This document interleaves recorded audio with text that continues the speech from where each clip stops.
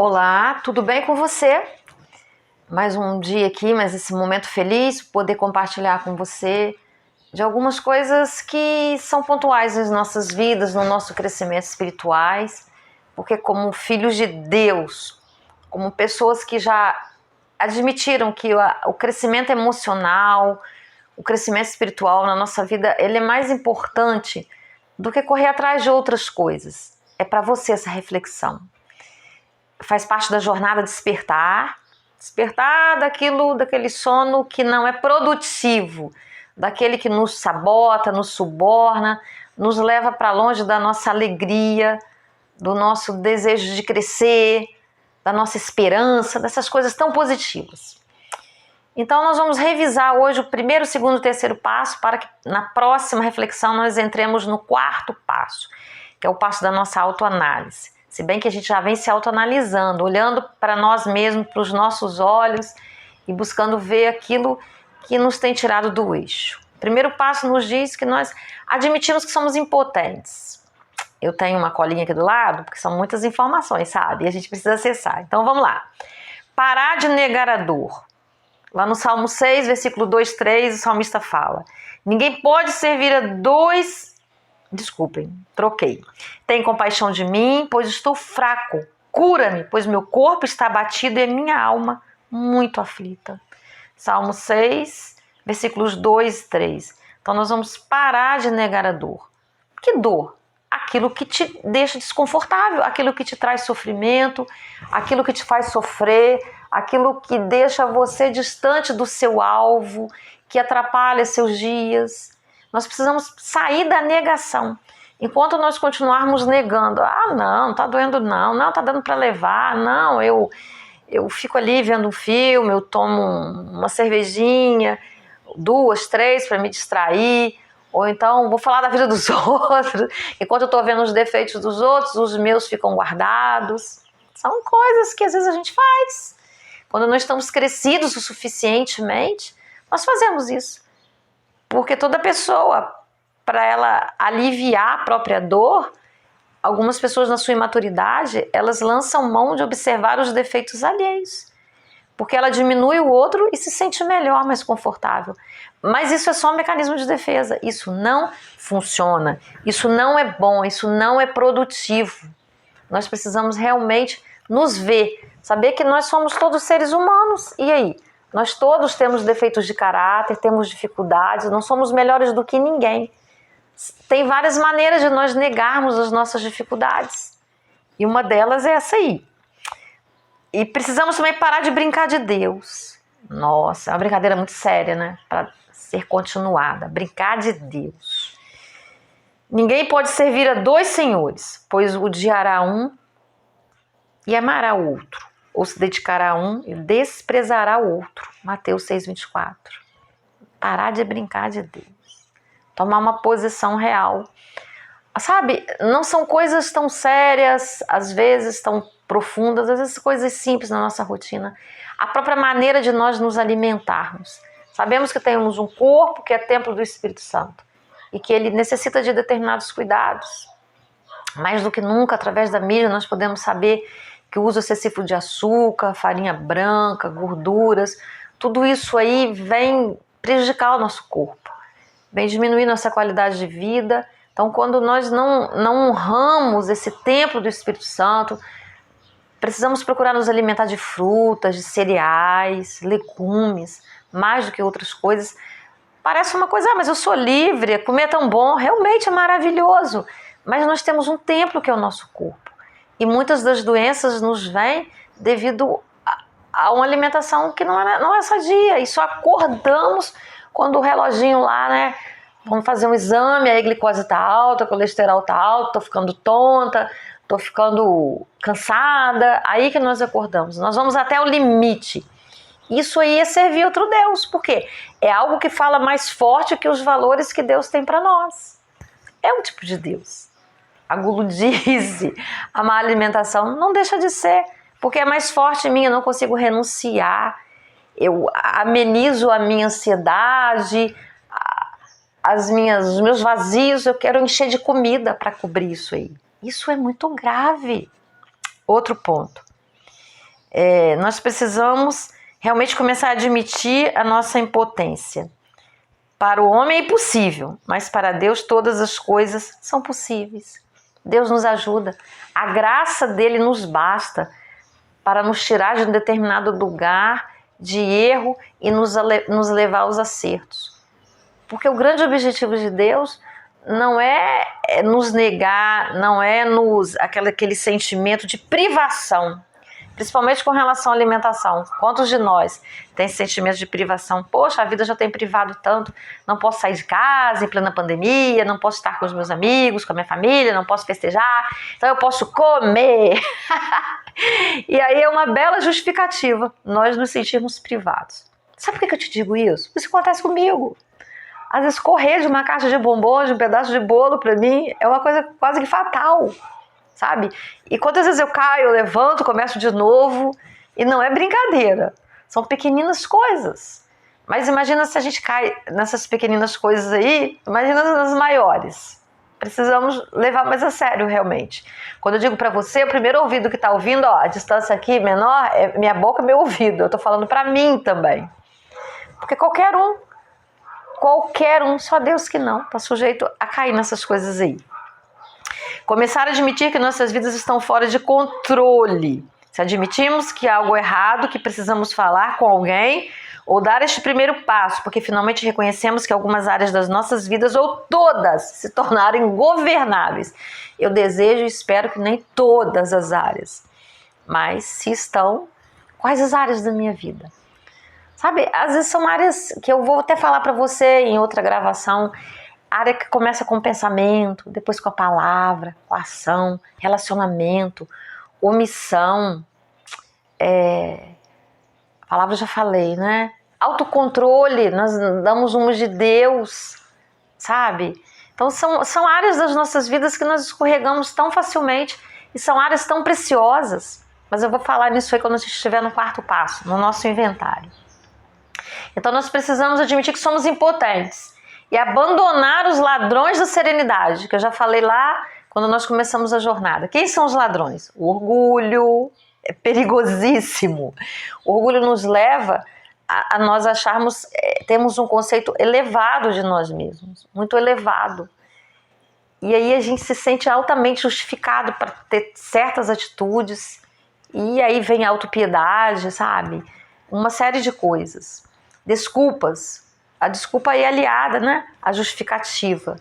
A essa questão da gente se sentir privado de determinadas coisas. Então, eu me sinto no direito. Eu mesmo vou lá e sanciono os meus direitos. Preocupações. A própria palavra já fala, preocupar. Eu me preocupo de determinadas coisas. Então, eu me antecipo.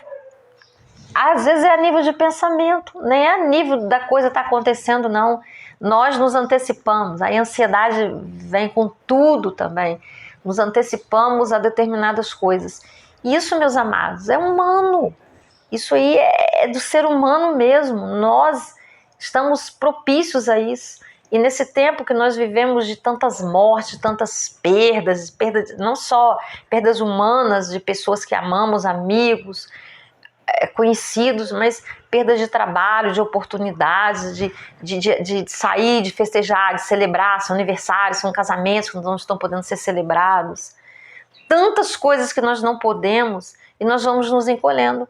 E isso aí cria em nós, né, um déficit hormonal de produção de alegria. E quantos estão precisando lançar mão de medicamentos? Porque aí começam a surgir as doenças. Porque a falta de alegria desequilibra o nosso corpo, desequilibra os níveis de serotonina, ocitocina. Então nós começamos a ficar tristes, começamos a adoecer, joga para o nosso corpo, psicossomático, somatiza, vai lá no nosso corpo e nós começamos a adoecer. Aí nós precisamos da bengala, que são os medicamentos. Mas não vamos ficar usando direto a bengala não, senão nós ficamos aleijados. Precisamos desenvolver os músculos espirituais, os músculos emocionais. Precisamos amadurecer. E olha, não falta caminhos. Eu não tenho dinheiro. Não precisa. Sabe, você tem muita coisa aí na rede, muita coisa que você pode lançar a mão para poder melhorar, crescer. Fuga. Oh, acabei de falar em comida. Quantas fugas nós fazemos através da alimentação? Porque dá prazer, né? Uma comida gostosa, comer para quem gosta, né, de bombom, de doces. Olha aí, isso nos acelera, isso aciona em nós coisas, né, que a gente se sente vivo. E por aí vamos. Tô falando muito em comida, porque é a maneira mais fácil, na mão, vai lá na geladeira e abre. Mas existem outras coisas. Existem as pessoas que são dependentes de cigarros, quando não são de outras dependências, que trazem, acionam aí os hormônios da alegria. Mas não é nada saudável. Outra coisa, os ressentimentos. Quanto temos agora para estar em casa? Repensando, relembrando, ressentindo. Isso é perigosíssimo. Olha, isso cria um inferno dentro de nós. Isso nos leva a níveis de depressão, de angústia, de doenças indescritíveis. Sabe? Ressentimento, a própria palavra fala. Sentir de novo, sentir de novo. E tudo a nível aqui, ó, aqui no nosso controle. Tá tudo a nível de mente, tudo se processa aqui. A situação nem tá acontecendo, já aconteceu há muito tempo, começamos a desenterrar situações. E outro detalhe, quantos sentimentos vivos já não enterramos, sentimentos não trabalhados. Aí começamos a trazer, a puxar. Aí vamos ficando adoecidos, altamente adoecidos. Solidão. Cuidado com a solidão. A própria Bíblia diz, não é bom que o homem esteja só. Ele não fala só isso com relação a casamento, né? Porque quando a gente fala isso aí lá em Gênesis, a gente logo leva com relação ao casamento. Não esteja só de amigos. Primeiramente, da companhia de Deus. Não vou estar só desse amigo, desse ser que nos revitaliza, nos renova, nos traz alegria, nos traz esperança. Sabe? É o nosso primeiro relacionamento, é o nosso primeiro contato, é o nosso respirar, sabe? Tem uma canção que fala, esse é meu respirar, que lindo. E depois amigos, sabe? Família. E às vezes as pessoas falam, mas a minha família não é chegada a mim. Ei, mas quando Jesus estava naquela festa, lá nas bodas de Caná, ele falou num casamento, olha, vai lá, chama lá, sua mãe está te chamando lá fora, seus irmãos. Aí Jesus responde, quem são os meus irmãos e minha mãe? São aqueles que são filhos do meu pai. Então relacionamento não é só de sangue, não, relacionamento espiritual, a amizade espiritual. A Bíblia fala que há amigos que são mais valiosos do que irmãos. Então não é só família. Eu sei dessas lutas, dessas dificuldades. Todos nós temos famílias e sabemos das diferenças, as famílias nos conhecem, ou às vezes nem conhecem também. Tem muitas pessoas que são estranhas para a família. Isso acontece com muita gente. Mas a palavra solidão, só anda só quem deseja andar só. Ah, não fica zangado comigo não. Ah, você está falando besteira. Não estou não, não estou. Anda só quem quer andar só, porque a gente tem como. Mas não é para ser aquele amigo parasita, que quer sugar, que quer fazer o outro de lata de lixo, só quer, ó, no ouvido do outro, jogar, falar. Não. Você precisa também saber que você precisa ouvir e saber ouvir. Não é aquele tipo de pessoa que fica ansioso, o outro está falando e você está doido para o outro acabar de falar, para você dar a sua opinião, falar, verborragia que fala, né? A pessoa tem uma hemorragia de verbalização. Ela quer falar. Isso aí não é legal, não. Todos nós conhecemos pessoas assim. Que a gente sabe que ela tá se coçando, ela tá lá louca para dar opinião. Ela não tá nem ouvindo o que você tá falando.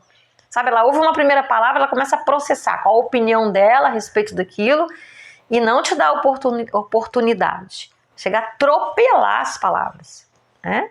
Aí, pessoas assim, não é brincadeira não, tá? Porque na verdade todo mundo tá ávido de ver o quê? Tá desesperado para ser ouvido. Sabe, porque falar liberta, realmente. Falar faz a rearrumação mental. Mas a gente tem que ter cuidado com esse falar também, esse falar tem que ser sábio. Porque quando eu falo, repito, eu corro o risco também de estar fazendo uma reprogramação de coisas negativas, de lamentação. E a Bíblia fala que a gente não deve ficar lamentando. Muito pelo contrário, nós devemos agradecer. Desabafar sim, mas ter muito cuidado, pedir sabedoria a Deus para ver, né? Esse ponto aí tão sutil entre reclamar, lamentar e desabafar, que é necessário, é imprescindível. E quando nós estamos em solidão, nós não conseguimos isso. Mas nós temos vários mecanismos. Eu vou te contar uma coisa. Uma vez, tá até aqui perto de mim, eu me senti tão só, né? Meio essa pandemia, essa coisa toda. Conversava com Deus, mas eu sentia falta, porque como ser humano nós sentimos falta de alguém. Eu peguei uma almofadinha e desenhei um boneco. E conversava com ele. Falava, eu sinto muito, que nível que eu cheguei. Mas eu preciso de alguém que me ouça. E comecei a conversar, a falar, sabe? Além de Deus, é claro, eu queria alguma coisa material. Isso é humano, isso não é reprovável, isso não é humilhante, não. Passou. Mas eu precisei fazer. E uso também os meus cadernos. Cadernos após cadernos. Eu gosto, cada um é cada um. Ninguém é igual a ninguém. E você pode lançar mão daquilo que te faz bem. Não tem a história da mulher que conversava com a porta? Ora bolas! Conversava com a janela, com as panelas. O negócio é você falar, você não ficar entupida. Outra coisa, tô tirando o óculos porque ele tá dando reflexo lá numa das minhas janelas. Ó, isso não tá legal. É vazio, já falei do vazio, né?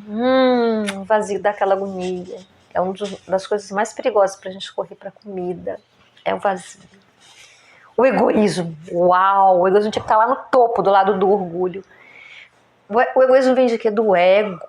Ego, eu, meu, minha família, minha casa, minhas necessidades, minha depressão, minha dor no joelho, a minha roupa, olha, misericórdia.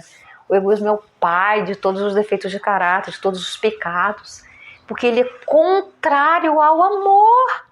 Quem não ama é egoísta. Quem é egoísta está muito distante do Pai de amor, do nosso Deus, que é pura doação, que nos deu o universo, que nos dá tantas coisas boas. Estaremos afastados. E se estamos afastados, praticando o egoísmo, vamos adoecer. A depressão anda coladinha com o egoísmo, porque a pessoa não consegue ver nada. Claro que a depressão ela merece um tratamento especial. Eu tenho muito cuidado quando a gente fala em depressão, porque há pessoas que falam que as pessoas depressivas estão endemoniadas, que as pessoas, nossa, são tão agressivos, são tão malvados, sabe? Esquecem que a depressão pode ser por sintomas fisiológicos, um desequilíbrio hormonal, a própria alimentação, porque a alimentação, determinados alimentos, eles levam as vitaminas para o nosso cérebro, o nosso corpo todo é alimentado, não só da cabeça, do pescoço para baixo, não. O alimento cerebral, e são alimentos caros, é peixe, determinados grãos, são coisas caras, que muitas pessoas carecem disso aí. E o cuidado, como eu falei para você, o cardápio adequado, as necessidades das pessoas, às vezes, estão incluindo hoje, nesse tempo frio, um cobertor. Quanto mais comprar comida para alimentar cérebro, comida especial, né? Especial que eu digo, porque infelizmente esse tipo de alimento tá caro demais nos supermercados, caríssimos. Então, a depressão, o desequilíbrio hormonal, a falta da produção de hormônios de alegria provém também de uma má alimentação. Provém de alguma parte do nosso corpo que entrou em desequilíbrio, as mulheres aí na menopausa, no período pré-menstrual. Tudo isso tem a ver, os homens também têm. Às vezes a gente fala muito para as mulheres, mas os homens também têm essas coisas. Apesar de eles serem mais desligadinhos para essas coisas, né? Porque faz parte da natureza também masculina. Mas precisamos melhorar isso também, homens. Presta atenção, hein? Sei que vocês ouvem menos os meus vídeos, eu vejo lá, né? Nós temos as estatísticas, mas vocês precisam, acordar também. Porque isso aí faz parte da vida do ser humano. E a separação, né? Estamos separados, estamos afastados, e a separação, ela traz essa... A própria palavra fala, né? A palavra diabo é divisão. Alguns falam em encontrar Deus como se ele pudesse ter se perdido. mas realmente, às vezes a gente se perde dele. Nós precisamos estar convencidos que nem a morte, nem a vida, nem anjos, nem demônios, nem o presente, nem o futuro, nem quaisquer poderes, nem altura, nem profundidade, nem qualquer outra coisa na criação será capaz de nos separar do amor de Deus que está em Cristo Jesus, nosso Senhor. Que passagem poderosa, lindíssima. É Romanos 8, 38, 39. Nós temos esse poder de nos separarmos de Deus, mas Ele não quer. Sabe que mesmo quando nós estamos arredios, rebeldes, Ele continua de olho na gente. Ele fica como aquele pai do filho pródigo, aguardando, nos esperando para a grande festa. E Ele tem prazer, Ele tem alegria em nos colocar o anel no dedo. Anel, biblicamente, é símbolo de poder, de honra. Ele nos ama tanto, nós não temos noção do amor de Deus por nós. E esse é o nosso grande problema, é a nossa grande perda, perder a nossa identidade, sabe? Eu não sei quem eu sou a filha amada de Deus. Você é um filho, uma filha amada de Deus. Você não foi criada tão somente por uma intimidade, o ato sexual dos seus pais, não. Porque aquela carne ali, essa matéria, é o homem que cria, mas quem coloca a vida, quem sopra nas narinas o fôlego de vida e coloca o espírito, é Deus. Se Deus não colocar esse espírito, esse bebê vai ser abortado, ele vai nascer morto. Quantas crianças morrem? Essa semana fez 21 dias, 21 anos que meu filho se foi, Paulo Estevão. Mas houve um propósito a partida dele. E Deus me pediu meu filho, Deus me mostrou que meu filho ia partir. Um bebê lindo, um meninão de mais de 4 quilos. No dia dele nascer, né? Já tinha completado os 9 meses. Eu vi a morte dele. Através de sonhos, de visão. E agora, dia 8 de julho, né? Fez 21 anos que ele partiu. E eu vi todo um propósito a partir do meu filho. Hoje eu falo para você aqui como um legado, sabe? Porque minha vida tomou outro rumo. É uma longa história que eu vou te contar em outro vídeo também. Mas então essa separação aí, nada pode nos afastar do amor de Deus que está em Cristo Jesus. Nada, nada, nada, nada. Porque nós somos a essência dele, nós somos parte dele. Nós temos o DNA de Deus. Então só nós, com as nossas atitudes, com a nossa... aquilo que caracteriza o ser humano, às vezes, o estado de rebelião, de revolta, quando nós não entendemos. Nós temos visto muito na rede, eu não entendo, mas eu aceito. Por quê? Mediante tantas mortes muito jovens, precoces, e nós dizemos, nós não entendemos, nós nos solidarizamos com os amigos, ainda que não seja na nossa família, no vizinho, e na verdade, que família que está aí sem perder alguém, mesmo que seja um pouquinho distante, é raro nesse momento. E nós sofremos, nos dói, porque nós que amamos o outro, nós temos empatia, que é a capacidade de sentir a dor do outro. E nós, sabe, aquilo é dolorido. Ontem eu visitei uma amiga, eu fui no local de trabalho dela, e não tem 2 meses que ela perdeu o marido dela tão jovem. E eu ali, sabe, entrei e falei, meu Deus, como deve estar sendo dolorido para ela. Fiquei vendo aquelas coisinhas, eu me lembro da presença dele, organizando, fazendo. Eu falei, nossa, minha amiga deve estar sofrendo muito, sabe? Aquilo doeu em mim, aquilo apertou meu coração. E eu comecei a orar, eu tenho orado por ela. E a gente pode oferecer ao outro, né? Essa energia, esse calor da oração, mesmo distante, isso chega até as pessoas. A oração é uma grande ferramenta. Tô eu tirando o óculos de novo, mas é porque fica brilhando e eu fico vendo o meu reflexo lá no óculos. Mas daqui a pouquinho eu tenho que colocar de novo, senão eu não vou enxergar. Mas então, essa separação ela não precisa acontecer. Então nós estamos aqui falando sobre negação e impotência. É uma grande revisão dos 3 primeiros passos da nossa jornada de despertar. E esse primeiro passo é o passo da grande caminhada, porque para nós caminharmos uma jornada, nós precisamos dar o primeiro passo. Esse primeiro passo é admitir que eu preciso de ajuda, admitir que o tempo todo eu estou crescendo, tem alguma área da minha vida que ainda precisa ser desenvolvida. Até o nosso último respirar, nós estaremos crescendo, sabe? Só não cresce quem já morreu. Quem está lá no céu agora, crescendo ao lado de Deus, desenvolvendo, né? Tantos mistérios, quantas coisas maravilhosas no paraíso que nos aguarda. Eu creio.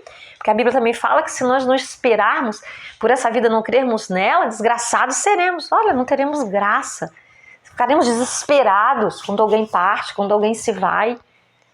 Ontem eu ainda falava com uma amiga, ela perdeu uma sobrinha tão jovem, eu dizia para ela, olha, pensa que, né, agora a mãe dela já foi e estão se encontrando. é uma maneira de consolar os outros, sabe? De você, poxa, vamos pensar. Não só aquele vazio, aquele foco na morte, no luto, na depressão, no desespero, que é normal, pois o luto é processado em 6 meses. Guarda isso. Tem pessoas que engolem, enterram sentimentos vivos. Sentimentos vivos voltam às vezes em forma de doença, somatiza. Nós somos humanos, precisamos processar os nossos sentimentos, viu?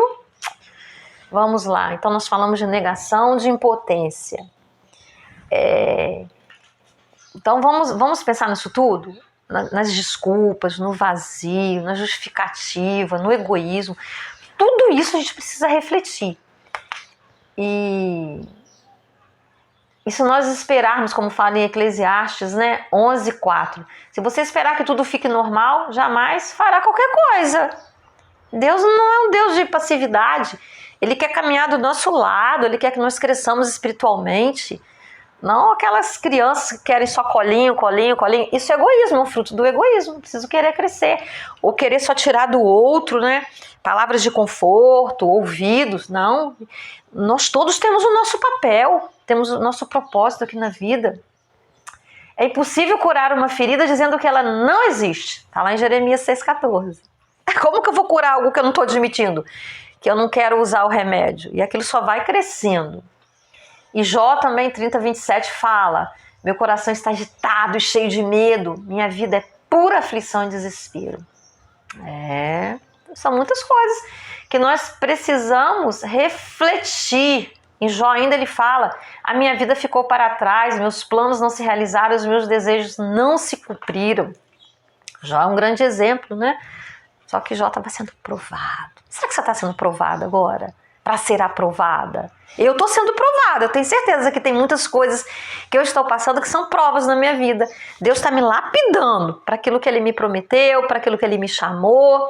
E é muito bom a gente ter essa consciência, porque aí nós sabemos que tem alguém que está no controle da nossa vida, que a nossa vida não está assim por aí não, sabe? Ela não está solta, mesmo que às vezes as pessoas, nossa, são tantas provas, e daí nós não sabemos para o que... nós não entendemos de imediato para o que Deus tem nos chamado, mas Ele tem nos chamado para grandes obras. E estamos no final dos tempos, precisamos lembrar disso. Vamos lá, né, para o segundo passo, que é o passo da esperança. Acreditamos de todo o coração que Deus existe, que se importa conosco, que tem o poder de nos ajudar no nosso crescimento, nesse crescimento que é tão importante, tão valioso. Porque Deus está operando em nós, ajudando-nos a desejar, obedecer-lhe e depois ajudando-nos a fazer aquilo que Ele quer. É tremendo! Está lá em Filipenses, capítulo 2, versículo 13. Deus está operando em cada um de nós que desejamos essa operação de Deus. Ele nos ajuda a desejar obedecer-lhe. Nem esse desejo de obedecer, meu amado, minha amada, vem de nós. Ele que nos ajuda.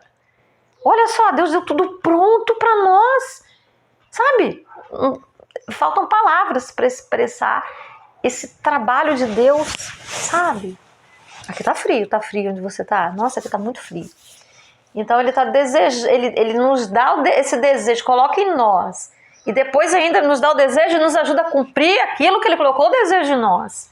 Sabe? E eu sempre falo, eu tive bastante tempo servindo na clínica, né, para dependentes químicos, e eu falava pros rapazes lá, dizia, olha, se você não quer, peça a Deus que ajude você querer, que a nossa oração seja, Senhor, eu não quero, eu não sinto vontade, me ajuda a querer. Ele ajuda você querer. Eu não quero amar aquela minha vizinha, eu não quero aceitar determinadas coisas, mas lá no fundo eu sei que eu preciso, mas eu não quero, eu me rebelo. Deus me ajuda, quebranta meu coração, me ajuda a querer. E Ele ajuda. Ele está aí para fazer tudo e mais alguma coisa. Mas nós precisamos abrir os nossos lábios, precisamos usar nossa mente, porque a mente antecede, né? A fala, os sentimentos, tudo processado aqui. Não se iluda, às vezes a gente pensa que a gente está sentindo primeiro. Não, a gente às vezes está sentindo porque a gente já pensou e aquilo continua lá operando dentro de nós. Por isso que a Bíblia fala lá em Romanos 12:2, Não vos conformeis com este século. Este século é o quê? Com esse momento, com esse mundo, com a tua vida no momento, sua vida emocional, seus pensamentos derrotistas. Não se conforme. Renove a sua mente através da palavra, para que você conheça a boa, perfeita e agradável vontade de Deus.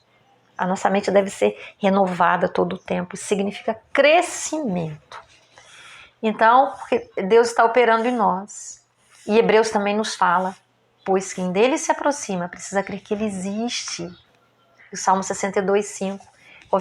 Confio nele e minha alma fica tranquila, ele é a fonte da minha esperança. É a fé, é o poder da fé. Sem fé é impossível agradar a Deus, sem fé é impossível que nós vivamos, que nós prossigamos, que nós vençamos os desafios das nossas vidas, do nosso dia a dia. A fé é algo de mais precioso que nós temos. Como explicar a fé? A fé vem de Deus, é dom dele. Ele nos dá a fé. E a Bíblia fala, quem não tem, que a peça a Deus, que a todos dá. Sabe, com todo prazer, com toda alegria, Deus nos dá. Então, peçamos a Ele que aumente a nossa fé. Fé nele. Fé que Ele tem o controle do universo nas suas mãos. Fé que Ele vê a minha vida, Ele vê a sua, ainda que sejamos bilhões sobre a face da terra. Não importa, esse Deus, Ele é imenso, Ele é intenso e Ele vê todas as coisas. Ele é puro poder. Sabe, Ele vê os nossos pensamentos. Sabe? Ele vê o nosso futuro, Ele vê o nosso passado, porque para o Espírito Santo, que é esse que vive dentro de nós, sabe? O relógio dele não é igual ao nós, o Cronos, que marca o tempo 24 horas, ano a ano. Não, ele é o Kairos. Ele tem poder sobre o passado, ele traz o passado no presente, ele traz o futuro aqui agora. Então, por isso que existem as curas. Deus, ele entra na nossa história, nos nossos traumas, ele mergulha e ele vai lá naquela ferida que o sentimento foi enterrado vivo e ele põe o bálsamo dele. Mas ele quer de nós a consciência. Ele não vem operando em nós inconscientemente, assim, passivamente. Não, sabe por quê? Seria tão bom, né?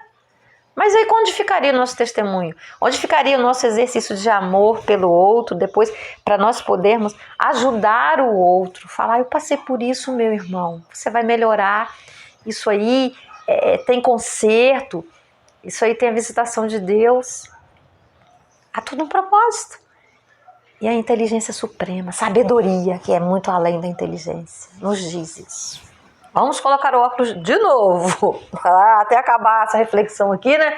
Quantas vezes eu vou colocar e tirar? Então, o segundo passo nos fala da esperança num Deus, estarmos abertos às mudanças, é aquela questão do preconceito, sabe? Preconceito, é um conceito antecipado de determinadas coisas, e nós precisamos ter muito cuidado, porque isso nos poda, isso nos tira a capacidade de receber, de ouvir. Eu não quero, porque é uma mulher que está pregando, eu não acredito no chamado de mulher. Realmente, não há respaldo bíblico. Mas e daí? Deus é livre, sabe? Essas mulheres estão aí porque deve estar faltando, né? Homens que queiram fazer algumas coisas, né? E nós temos sobre nós, né? Nós entendemos, eu entendo dessa autoridade sobre as nossas vidas. E nós vamos nessa vibe aí, né? Nessa pegada. Estou usando algumas palavras bem jovens, né? Porque eu sei que tem gente jovem que vai ouvir também. Então, o preconceito, a gente tem que ter muito cuidado. Não é que a gente vai aceitar tudo, todas as coisas. Não sou preconceituosa, eu aceito tudo. Não.